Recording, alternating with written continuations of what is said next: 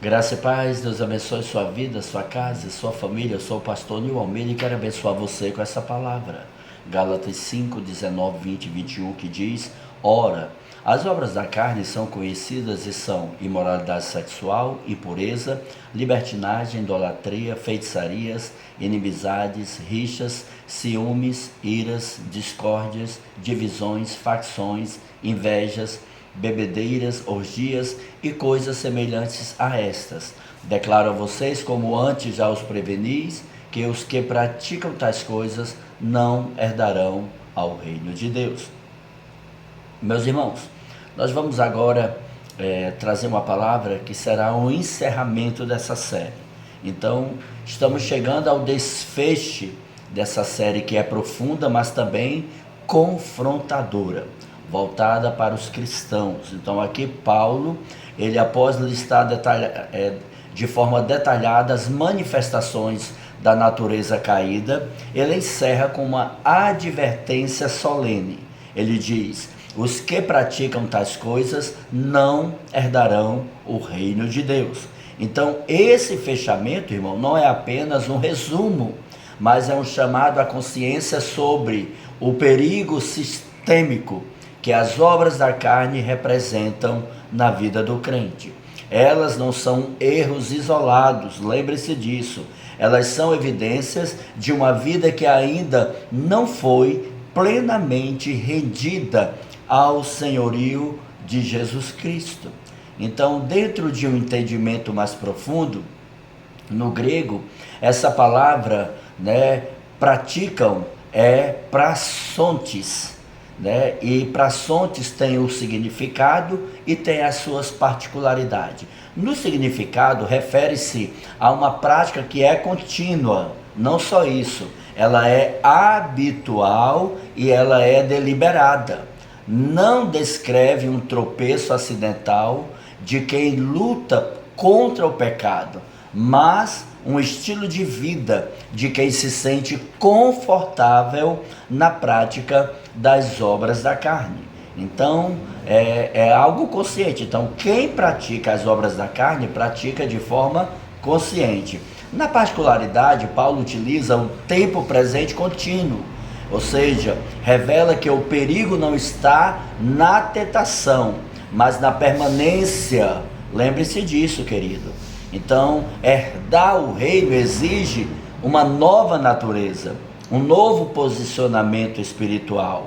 E a carne não pode ser educada ou melhorada. Ela precisa ser literalmente crucificada. Não se esqueça disso.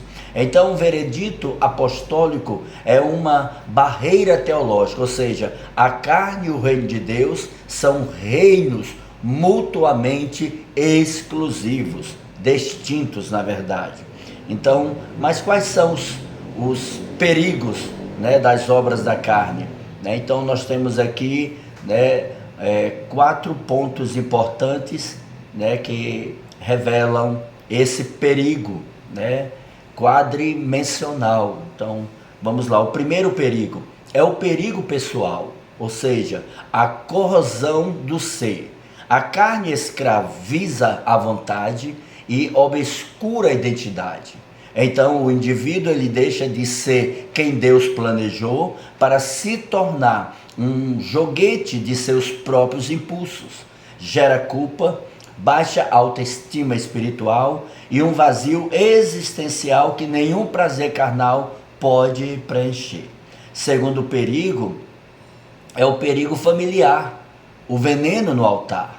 As obras da carne, como iras, discórdias e imoralidade, elas são as principais causas de divórcios, traumas geracionais, ou seja, elas transformam o lar totalmente. O que deveria ser um santuário torna-se um campo de batalha, ferindo o legado dos filhos e a santidade do matrimônio.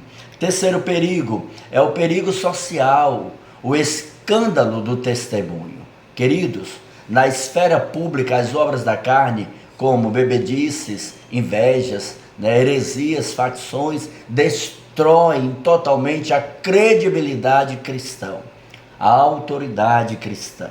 Então a sociedade olha para a igreja e generaliza, né? E ali se vê nas mesmas obras da carne que há no mundo. Então, por isso, por uma pessoa que pratica as obras da carne, né, de um modo geral, as pessoas vão associar isso a Cristo, né, ao cristianismo, ao evangelho. E aí aquilo que nós pregamos, que somos sal, né, sal da terra e luz do mundo, e aí a carne, ela vai aí, querido, perder, né, o valor, o sabor. Então, se nós não formos exatamente luz do mundo, sal da terra, vai perder esse valor. Então, quem olha para uma pessoa que pratica as obras da carne, vai achar, vai generalizar que todo mundo é igual. Normalmente assim, os crentes, né? Os evangélicos. Então, isso é um perigo social. E o quarto perigo é o espiritual, a exclusão do reino. Esse é um perigo supremo. Por quê? Porque a prática das obras da carne, ela cauteriza a consciência e apaga a sensibilidade do Espírito Santo na vida do crente. O resultado final é a apostasia e a exclusão da herança eterna, é a perda da comunhão com o Pai e a condenação ao isolamento eterno da glória de Deus. Que Deus tenha misericórdia. Querido, os textos bíblicos são Gálatas 5:21, que diz: os que praticam tais coisas não herdarão o reino de Deus, né? Então, assim, é um perigo muito grande a pessoa ter a consciência do seu erro e continuar no erro. Romanos 8:3 diz: porque se viverem segundo a carne, caminham para a morte, mas se pelo Espírito mortificam as obras do corpo, viverão. Então, todo aquele que caminha segundo os padrões desse mundo, desejos, paixões, eles caminham para um precipício, né? Como diziam os antigos. 1 Coríntios 6, 9 e 10, uma lista, né? Aqui Paulo dá de paralela, que reforça a exclusão dos injustos do reino. Então, nós temos ali uma relação muito grande, né? Que Paulo dá também, né? Uma outra lista. Então, são várias relações que tem aqui em 1 Coríntios, que tem em Gálatas, né? E também nós encontramos em outros livros, outras cartas paulinas. Colossenses 3, 5, 6 tem: mortifique, pois, os seus membros terrenos, por causa dessas coisas vem a ira de Deus. E Mateus 7, 21 a 23, aqui Jesus avisa sobre aqueles que fazem, né, as obras, né, aqueles que praticam a iniquidade. Perigo muito grande. Queridos, dentro de um entendimento cristocêntrico, nós temos a vitória da cruz sobre a carne. Então, a solução para as obras da carne não é força de vontade, não eu vou tentar, eu vou me esforçar, não, mas é a cruz de Cristo, é o próprio Senhor Jesus, é o sangue de Jesus, é o sacrifício de Cristo, é crer nisso, né? Jesus, ele não veio apenas para perdoar os atos da carne, mas para matar a natureza da carne em nós, para mortificar isso. Louvado seja Deus. Então, quando Cristo é crucificado, é interessante lembrar que ele levou sobre si não apenas os nossos pecados, mas também o nosso velho homem, a nossa velha natureza, né? Em Cristo nós temos a capacidade de dizer não à carne, porque ele venceu o pecado na sua própria carne. Então, a vitória é interessante. Cristo está em Cristo, ou seja, já estou crucificado com Cristo e vivo não mais eu, mas Cristo vive em mim. Gálatas 2:20, né, Paulo declarando. Então o Espírito Santo foi dado como penhor da nossa herança, como garantia da nossa herança, nos capacitando a viver uma vida, né, que a carne jamais conseguiria, né, produzir, jamais. Mas Cristo é a nossa santificação, é a nossa redenção. Ele é, na verdade, o caminho, a verdade e a vida. Queridos, quais são a verdade prática, né? Qual é o caminho da mortificação, né, da carne?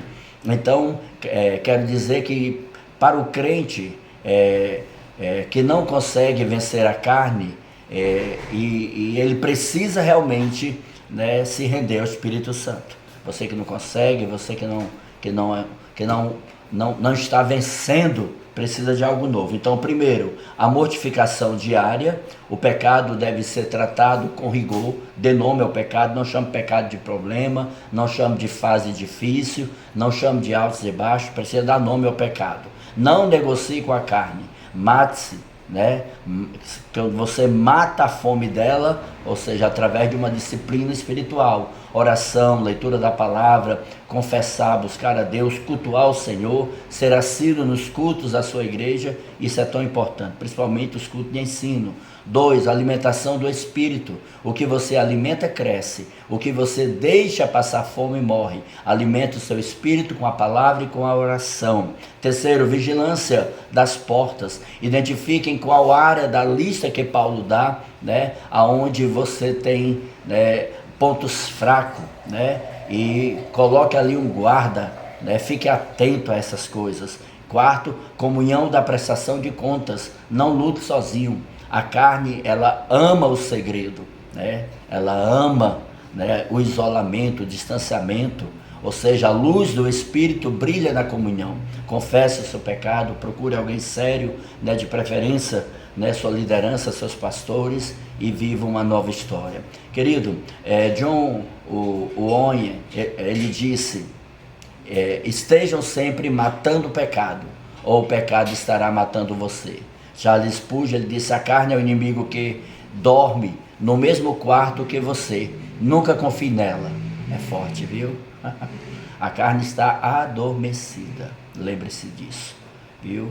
Martinho Lutero, o meu maior inimigo sou eu mesmo, pois carrego o velho Adão dentro do meu peito. Isso é extremamente perigoso.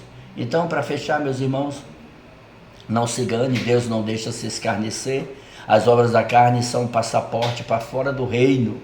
Elas destroem a paz, arruinam a família, mancham o nome e, acima de tudo, te afasta de Deus. A carne promete liberdade, mas entrega escravidão. Promete prazer, mas entrega a morte. Então hoje, né, essa palavra é de Deus para mim e para você. Nos confronta, mas também nos liberta. Então existe um caminho superior.